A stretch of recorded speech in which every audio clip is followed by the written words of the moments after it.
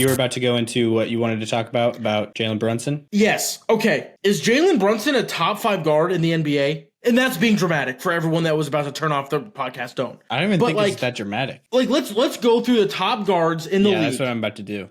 Like Luka. If we want to call Luka a guard, yeah, sure. But we'll just, for the sake of all the haters of Jalen Brunson, we'll count Luka. Yeah. Steph. Yep. Devin Booker. Yep. Like James Harden, Damian Lillard, Trae Young. I would say Ja, yeah. Brad Beal. You're Am I running out? Somebody. You're forgetting. Yeah, Brad Beal would definitely be way lower. Clay, not even close. That's what I mean. Donovan Mitchell. Yeah, I was about to say Donovan Mitchell. Shea Gilgeous-Alexander. I guess. I mean, DeJounte Murray is definitely below Jalen Brunson, but he's. But that's my point. Is like I would have said Jalen Brunson 2 names ago. Not that I was doing that in order. I just was thinking, but like. Yeah, no, I would say that the only ones you can say definitively are better than Jalen Brunson. It's Luka, Steph, Booker. I would still probably have Dame in there, and Shea. I would put Shea in there. And then if you count and Ja, maybe, but Ja is like a little bit iffy to me, honestly. Anthony Edwards, I think, is not there yet. I'm just trying to think of other guards. I don't count Jaylen Brown as a guard in my brain, even though he plays. Yeah, I'm thinking guard or like a point guard or a shooting guard that's basically a combo guard. You know what I mean? Like there's shooting guards that are more of a point guard than a forward. Like Jaylen Brown is like a wing, you know? Yeah. That just plays too because his team allows him big. to just yeah. I mean, and also the thing that he did it repeatedly. He's not the reason they lost that game. Julius Randle's not the only reason, but Julius Randle was a huge reason they couldn't force Game 7. For sure. Because 41 from Jalen Brunson on an efficient 40. It wasn't like he's chucking up shots. I don't know what he ended up with, but when I looked, he was at like 36 and it was 11 for 17. Yeah, it looked pretty efficient from what I remember too. He ended up 14 for 22, 5 for 10 from 3-point land, 8 from 9 from the free throw line. And for those counting at home, that's pretty efficient. Yeah, especially for a point guard. Yeah. Like, only had 3 assists, so people can like dog on him from that. But like, that was like and we even talked about this when we had the conversation about MIP. Was it he got better or was it he got in a better situation?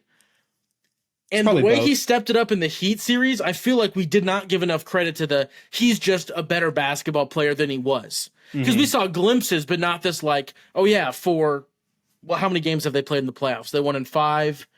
In these past 6, 12 games 11. or 11 games, he has been a force. Yes. And it's number one player on a team that can make a lot of noise in the second round of the playoffs. Yes, like if they didn't run into the craziness that is playoff Jimmy Butler this year, and like his team didn't just disappear from behind him. Yeah, that's true. Like I was so confused by like in the Bucks series how Bam was so like I don't know like abused by Brook Lopez. Like just the size from the Bucks, Bam was not very effective. And then also in the first round with the Cavs and Knicks, Mitchell Robinson made Jarrett Allen look like a scrub on the boards. Like he was out rebounding him all the time. And then in this series, somehow Bam was like sunning Mitchell Robinson and all the Knicks bigs. It like the rock, paper, scissors there was just confusing to wrap my head around. Yeah, no, and that's another name that is not going to get enough hate as Julius Randle. But Mitchell Robinson didn't help his Knicks out all that much. Mm-hmm. I mean, what did he even have last night? 2 points. Yeah. 11 rebounds in 29 minutes. But no, that was... Somehow the Heat, who I thought was like, throughout this whole season, was like they don't have any bigs to play. Like Bam is like a pseudo big. You know what I mean? Like he's playing, he's kind of playing. Yeah, he's playing a little bit out of position when he's facing those guys inside. Those true centers. He's more deservedly of a like he's a better big than Draymond is as a big in terms of just physical attributes. But he's definitely not like, oh yeah, let's have him go toe to toe with pick a center. Yeah, like if it I is, don't know if his perfect role would be to be like the biggest guy on the team. You know what I mean? Yeah. So like if somehow it ends up that it's Heat Lakers again from the bubble, I think it's ugly. Ugly for who? The Heat. I think the Lakers are just big enough if they stay healthy that it's just ugly because they don't have an answer inside at all. Yeah, I mean, you would think the Knicks would have more an advantage in that category, but they really did not. But the Knicks also don't have Anthony Davis. Yeah, Anthony Davis. Like their dominance isn't in the paint; it is Jalen Brunson, and I didn't think it would only be him. But that was crazy. It really was. It's the mentorship from Derrick Rose that really put him over the edge. Yeah, it might be. Honestly, I think he's just a Tibbs guy through and through.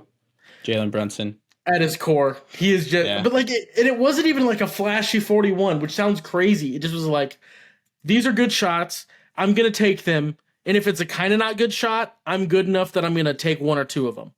Mm-hmm. Like it was artwork to watch. I thought so, but it was quite the impressive series, and Miami got it done in 6. For those that don't know, Miami will be facing off against the winner of tomorrow night's game against the Celtics and the Heat. So that's where the Eastern Conference Celtics and Sixers.